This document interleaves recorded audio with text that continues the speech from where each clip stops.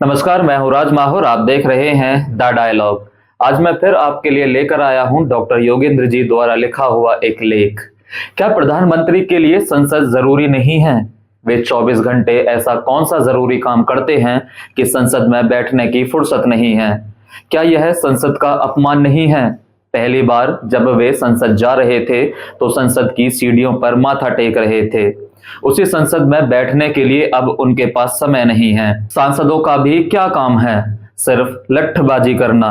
राज्यसभा के सभापति जगदीप धनखड़ और लोकसभा के सभापति ओम बिरला की बॉडी लैंग्वेज देखकर अफसोस ही हो जाता है। जब सत्ता पक्ष के सांसद विपक्ष पर हमला करते हैं तो वे अति प्रसन्न होते हैं और जैसे ही विपक्ष हमला करते हैं तो उदास हो जाते हैं। चेहरे पर मुर्दनी छा जाती है, लगता है कि कोई अपना मर गया हो। जगदीप धनखड़ ने तो सभी घाट का पानी पिया है, यहाँ तक कि कांग्रेस पार्टी का भी। वैसे तो मालिक के प्रति सब ईमानदार रहता है, लेकिन धनखड़ साहब तो अपने मालिक के प्रति अतिरिक्त प्यार के शिकार हैं। उन्हें अंदाजा नहीं है कि लोकतंत्र के मालिक लोग हैं, उनके प्रति ही वफादार रहना चाहिए तो इतिहास के पन्ने में कहीं रहेंगे, वरना उपराष्ट्रपतियों को कौन याद रखता है।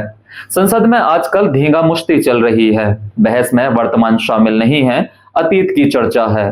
फला ने क्या किया और फला ने क्या किया। 11 साल से कुर्सी पर जमे हैं, हर चुनाव में नए वादे किए। उन वादों का क्या हुआ? नेहरू पर हमला करने का हक तो तब मिलेगा जब आप नेहरू से अच्छा करें। नेहरू आजादी की लड़ाई में शामिल थे, उनकी आलोचना कीजिए, मगर अपने पूर्वजों पर भी निगाह फेरिए कि वे क्या कर रहे थे। वे आजादी की लड़ाई में शामिल नहीं थे, कुछ अंग्रेजों की खुफियागिरी कर रहे थे तो कुछ आजादी के दीवानों की आलोचना। हद तो यह थी कि आप देश के तोड़कों के साथ मिलकर राज कर रहे थे, इसलिए पुरानी चीजों को घोटिएगा तो एक ना दिन आपको भी हिसाब देना है। सभी दिन एक तरह के नहीं होते, उनमें उतार चढ़ाव होते रहते हैं।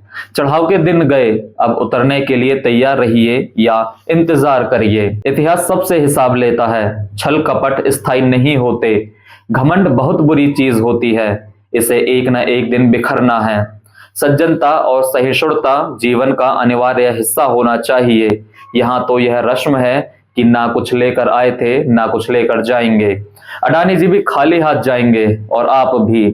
कृति ही यहाँ रह जाएगी। संविधान महज कागज का टुकड़ा नहीं है, इसके संवैधानिक मूल्य और हित हैं। इनके खिलाफ अगर जज तथा कथित साधु और छुट भैया बोलते हैं तो सत्ता में बैठे लोग या तो समर्थन करते हैं या चुप रहते हैं। क्या सिर्फ आपातकाल ही संवैधानिक मूल्यों के खिलाफ था? आज कई राज्यों में आप सत्ता के खिलाफ नहीं बोल सकते हैं, न संगठन बना सकते हैं, न धरना प्रदर्शन कर सकते हैं। हर बात के लिए नौकरशाहों से इजाजत लेना है। जनता अब अपनी बात शांतिपूर्ण ढंग से नहीं कह सकती। लोकतंत्र अब नेता तंत्र या नौकरशाही तंत्र हो गया है। जनता के वोट का अपहरण कौन सा लोकतंत्र मूल्यों की रक्षा कर रहा है? दरअसल पूरे देश में हलचल और अशांति है। मौज में चरण चुंबन करने वाले लोग हैं और लोकतंत्र की ऐसी तैसी हो रही है।